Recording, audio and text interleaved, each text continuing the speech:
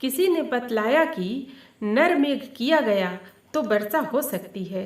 लोगों को बात जची, पर प्राण सबको प्यारे हैं। बलात् किसी की बलि दी नहीं जा सकती। नमस्कार मित्रों, आज हम लोक कथा लेकर उपस्थित हैं। आज की कहानी है सतमन्यु, दयालु और परोपकारी बालक। मित्रों, कहानी में आगे बढ़ने से पहले हमारे चैनल को अवश्य सब्सक्राइब करना, वीडियो को लाइक और शेयर भी करना, कमेंट्स अवश्य करना मित्रों। तो आइए चलते हैं कहानी की ओर। मित्रों, सतयुग की बात है। एक बार देश में दुर्भिक्ष पड़ा। वर्षा के अभाव से अन्न नहीं हुआ, पशुओं के लिए चारा नहीं रहा। दूसरे वर्ष भी वर्षा नहीं हुई, विपत्ति बढ़ती गई। नदी तालाब सूख चले, मारतंड की प्रचंड किरणों से धरती रसहीन हो गई, तृण भस्म हो गए, वृक्ष निष्प्राण हो चले, मनुष्यों और पशुओं में हाहाकार मच गया। दुर्भिक्ष बढ़ता गया। 1 वर्ष नहीं, 2 वर्ष नहीं, पूरे 12 वर्षों तक अनावृष्टि रही। लोग त्राही त्राही करने लगे। कहीं अन्न नहीं, कहीं जल नहीं, तृण नहीं, वर्षा और शीत ऋतुएं नहीं।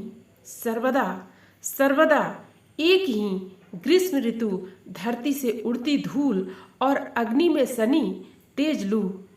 आकाश में पंख पसारे दल के दल उड़ते पंछियों के दर्शन दुर्लभ हो गए। पशु पक्षी ही नहीं, कितने मनुष्य काल के गाल में गए, कोई संख्या नहीं।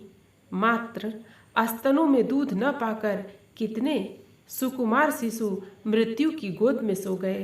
कौन जाने, नर कंकालों को देखकर करुणा भी करुणा से भीग जाती, किंतु एक मुट्ठी अन्न किसी को कोई कहाँ से देता।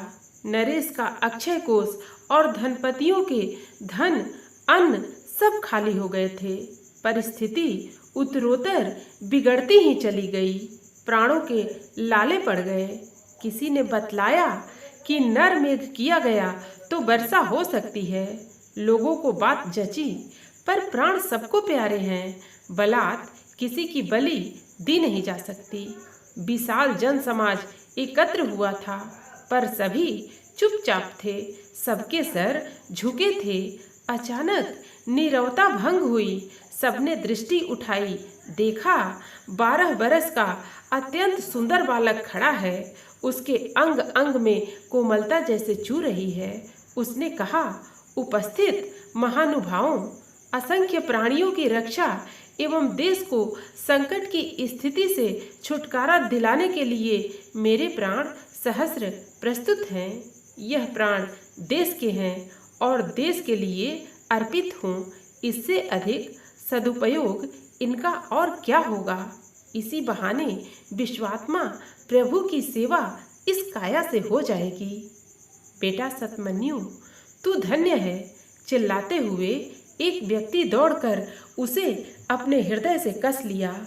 वे उसके पिता थे। तूने अपने पूर्वजों को अमर कर दिया। सतमन्यु की जननी भी वही थी, समीप आ गई। उनकी आंखें झर रही थीं। उन्होंने सतमन्यु को अपनी छाती से इस प्रकार चिपका लिया जैसे कभी नहीं छोड़ सकेगी। नियत समय पर समारोह के साथ यज्ञ प्रारंभ हुआ। सतमन्यु को अनेक तीर्थों के जल से स्नान कराकर नवीन वस्त्र आभूषण पहनाए गए। सुगंधित चंदन लगाया गया, पुष्प मालाओं से अलंकृत किया गया। बालक यज्ञ मंडप में आया। यज्ञ स्तंभ के समीप खड़ा होकर वह देवराज को स्मरण करने लगा। यज्ञ मंडप शांत एवं नीरव था। बालक सिर झुकाए बलि के लिए तैयार था। एकत्रित जन समुदाय मौन होकर उधर एकटक देख रहा था। उसी क्षण शून्य में विचित्र बाजे बज उठे। सतमन्यु पर परिजात पुष्पों की वृष्टि होने लगी। सहसा मेघ ध्वनि के साथ वज्रधर सुरेंद्र प्रकट हो गए।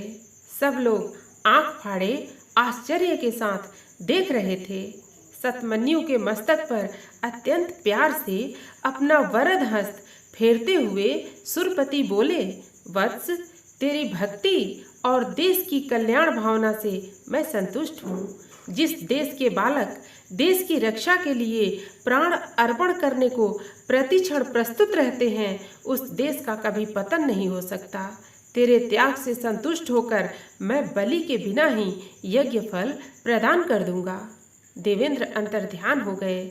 दूसरे दिन इतनी वृष्टि हुई कि धरती पर जल ही जल दिखने लगा। सर्वत्र अन्न, जल, फल फूल का प्राचुर्य हो गया। एक देश प्राण सतमन्यु के त्याग, तप एवं कल्याण की भावना ने सर्वत्र पवित्र आनंद की सरिता बहा दी। मित्रों, फिर मिलते हैं अगली प्रस्तुति के साथ। धन्यवाद।